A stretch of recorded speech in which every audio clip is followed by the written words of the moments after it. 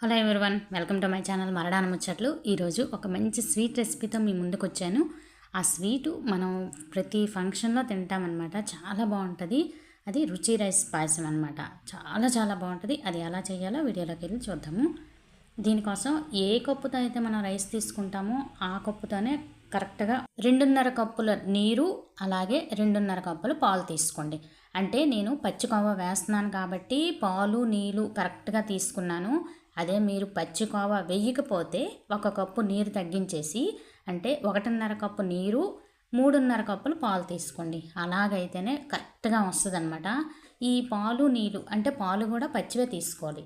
పచ్చివే తీసుకుంటున్నాను కాబట్టి నీళ్ళల్లో వేసి కాసేపు మరిగిస్తున్నాను కాబట్టి 2.5 కప్పుల చొప్పున తీసుకున్నాను. అదే మీరు కాచి చల్లార్చిన పాలు తీసుకున్నట్లయితే 2 కప్పుల నీళ్ళు 2 కప్పుల పాలు అయితే కరెక్ట్గా సరిపోద్ది అనమాట. అంటే నీళ్ళల్లో పాలు నేను ఒక 5 నిమిషాలు మరిగిస్తున్నాను కాబట్టి 2.5 చొప్పున తీసుకున్నాను. 5 కప్పుల నీళ్ళు పాలకి 1 కప్పు రైస్ తీసుకోవాలి. ఇది రుచి రైస్ అనమాట. ప్రతి సూపర్ మార్కెట్లో మనకి ఈజీగా అవైలబుల్గా ఉంటుంది. ఈజీగా తెచ్చుకోవచ్చు అనమాట. ఈ రైస్ని వేసేసి, ఈ రైస్ అయితే కడగక్కర్లేదనమాట. ఇవి వేసేసి కలుపుతూ ఉంటే మనం బియ్యం ఎలాగా ఉడుకుతాయో ఈ రైస్ కూడాను అలాగే ఉడుకుతుంది. ఈ ఉడికేలోపు చిక్కగా అవుతుంది అనమాట. చూసారా, ఇలా చిక్కదనం అనేది వచ్చేస్తుంది అనమాట. రైస్ పట్టుకొని మనం నొక్కు చూస్తే మెత్తగా అవుతుంది, లేదా నోట్లో పెట్టి చూసినా మనకు తెలిసిపోద్ది అనమాట. ఇలా ఉన్నప్పుడు మనం ఇందులోనికి డ్రై ఫ్రూట్స్ని యాడ్ చేసుకోవాలి కాబట్టి అది ఇంకా ఉడుకుతూ ఉంటుంది. అంటే మరొక 2 నిమిషాలు ఉడకాలి. ఈలోపు డ్రై ఫ్రూట్స్ని అయితే వేయించుకుంటున్నాను. రైస్ ఉడకడానికి 2 నిమిషాల ముందే మనం ఇలా వేయించుకుంటే రెడీగా వేసుకోవచ్చు అనమాట. పోపు గిన్నెలో 2 టేబుల్ స్పూన్ నెయ్యి వేసుకోండి. జీడిపప్పు ఫస్ట్ వేయించేసి కొద్దిగా వేగిన తర్వాత కిస్మిస్ వేసి వేగిపోయిన తర్వాత దీన్ని అయితే పక్కన ఉంచేయండి. ఇప్పుడు రైస్లోకి బాదం పౌడర్ వేసుకోవాలి. ఇది తప్పకుండా వేయాలి. మనకు రుచి రైస్ ఎక్కడ దొరుకుతుందో అక్కడే ఈ బాదం పౌడర్ ఇస్తారనమాట.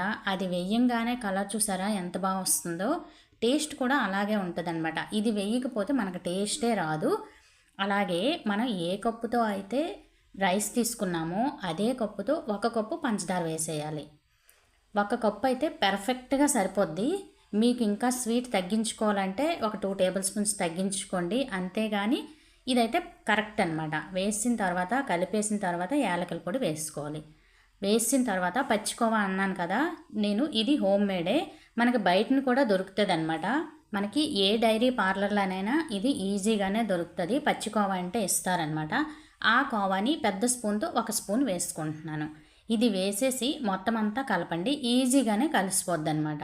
చాలా చాలా టేస్ట్ వచ్చేస్తుంది. మనం డైలీ పాలు వేసి చేసుకునే దానికంటే కూడాను ఈ కోవా వేయడం వల్ల డబల్ టేస్ట్ వచ్చేస్తుంది అనమాట. ఈ కోవాతో ఎన్నో రకాల స్వీట్స్ చేసుకోవచ్చు, అలాగే పాయసాల్లో కూడా వేసుకోవచ్చు అనమాట. ఇది వేసిన తర్వాత కలిపేసిన తర్వాత ఇందాక వేయించుకున్న డ్రై ఫ్రూట్స్ని అయితే నెయ్యితో సహా వేసేయండి.